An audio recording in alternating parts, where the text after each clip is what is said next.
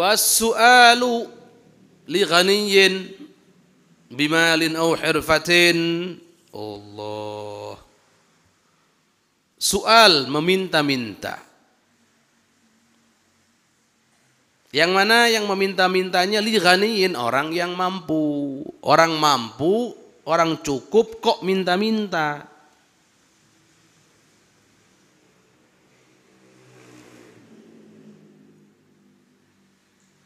Contohnya gimana? Ada orang dia punya, mampu ngelihat orang lain punya pakaian yang bagus. Sini, buat saya saja. Wah, ini bahaya ini. Haram itu kayak begitu itu. Nggak boleh begitu itu. Apalagi yang mohon maaf, para pengemis yang sebetulnya dia cukup, kemudian dia minta-minta. Mungkin menganggap bahwa dengan mengemis dia akan mendapatkan uang dengan cara mudah, tanpa keterampilan khusus, tanpa harus capek-capek. Sudah tinggal minta, ulurkan tangan, selesai. Tapi kalau Anda mampu kok meminta-minta, haram hukumnya. Haram hukumnya, haram.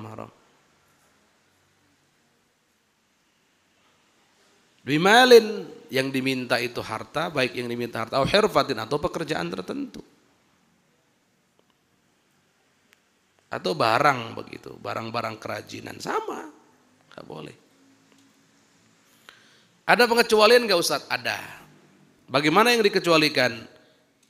Yang dikecualikan antara teman dekat, teman sahabat.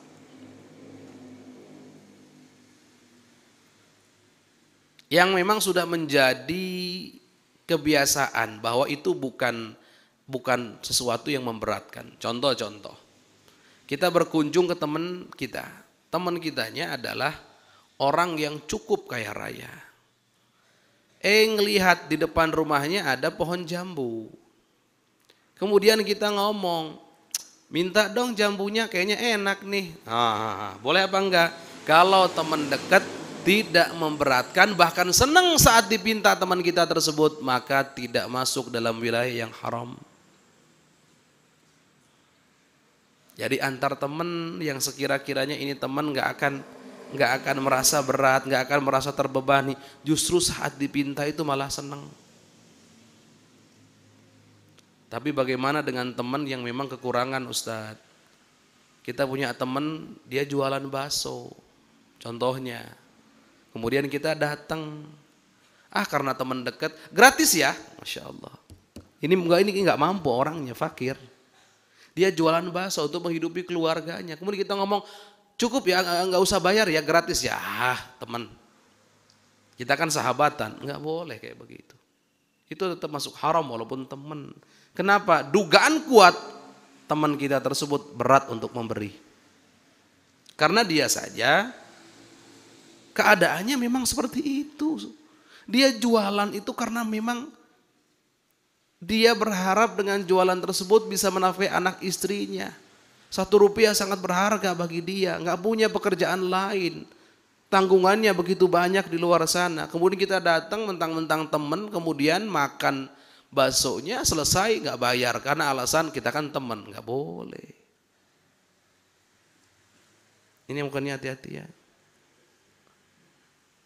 Berarti kalau begitu, pada dasarnya sesama teman itu boleh untuk meminta begitu, tapi yang betul-betul bisa diyakini, diduga kuat, tidak memberatkan sama sekali, bahkan senang. Beda kalau teman kitanya memang saudagar bakso, punya kedai di mana-mana, punya kios di mana-mana, besar lagi kios-kiosnya. Kemudian selalu ngomong ke kita, main ya, silaturahim ya, oh siap. Saat kita datang, kemudian kita nanya, kayaknya enak nih makan bakso. Dia akan nyuguhin bakso kalaupun kita nggak minta. Cuman dengan diminta, enak nih kayaknya kalau makan bakso, dia tambah senang. Kenapa? Karena merasa karyanya, usahanya dihargai, bukan merasa berat. Hati-hati nih saling meminta begini. Pastikan dulu bahwa pertemanan itu betul-betul terjadi, kedekatan itu betul-betul terjalin, kemudian yang dipinta tidak memberatkan. Allah. Kalau sampai memberatkan nggak boleh. Apalagi nggak kenal tiba-tiba minta, aduh ini haram ini. Ini haram, haram, haram. Ini minta ya, bukan beda lagi kalau ngajak sedekah, ngajak infak, ngajak wakaf. Itu tidak masalah. Selama tidak ada paksaan di dalamnya. Kita sudah pernah bahas ya di buku kitab ini juga. Sama. Tentang masalah ini atau mirip-mirip dengan masalah ini. Nah minta-minta itu sebutnya syihadah. Dalam bahasa fikih disebut dengan syihadah.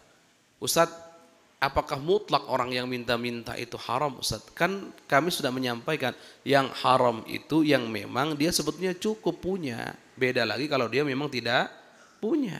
Terpaksa harus meminta itu urusan lain. Allah Maha tahu.